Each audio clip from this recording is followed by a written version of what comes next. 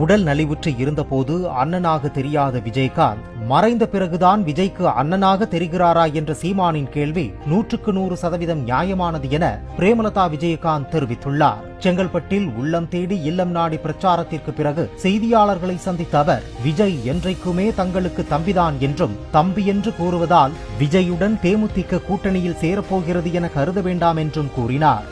அடுத்தபடியா அண்ணன் விஜயகாந்த் அண்ணன் அப்படின்னு சொல்லியிருக்காரு. அதான் அவர் அண்ணன்னாரு, நாங்கள் தம்பின்னு சொல்லியிருக்கோம், அவ்வளோதான். அதனால இது சினிமா துறையில் 17 வருஷத்துக்கு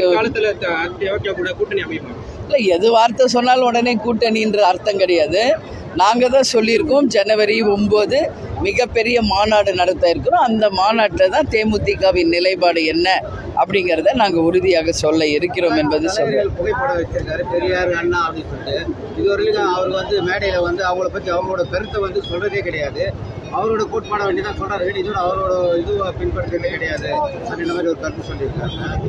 இந்த மாதிரி ஒரு ப்ரெஸ் மீட் விஜய்க்கு கூட்டி இந்த கேள்வியை நீங்கள் விஜயிடம் கேட்கணும். போட்டா வச்சுக்கிறீங்க, ஏன் அவங்கள பற்றி பேசலை அப்படின்னு நீங்கள் அவங்கக்கிட்ட தான் கேட்கணும். இது நான் பேசுகிறோம் என்னன்றதை நீங்கள் அப்போ கேள்வி கேட்டால் அது சரியான பதில் நான் சொல்ல முடியும். சரிங்களா?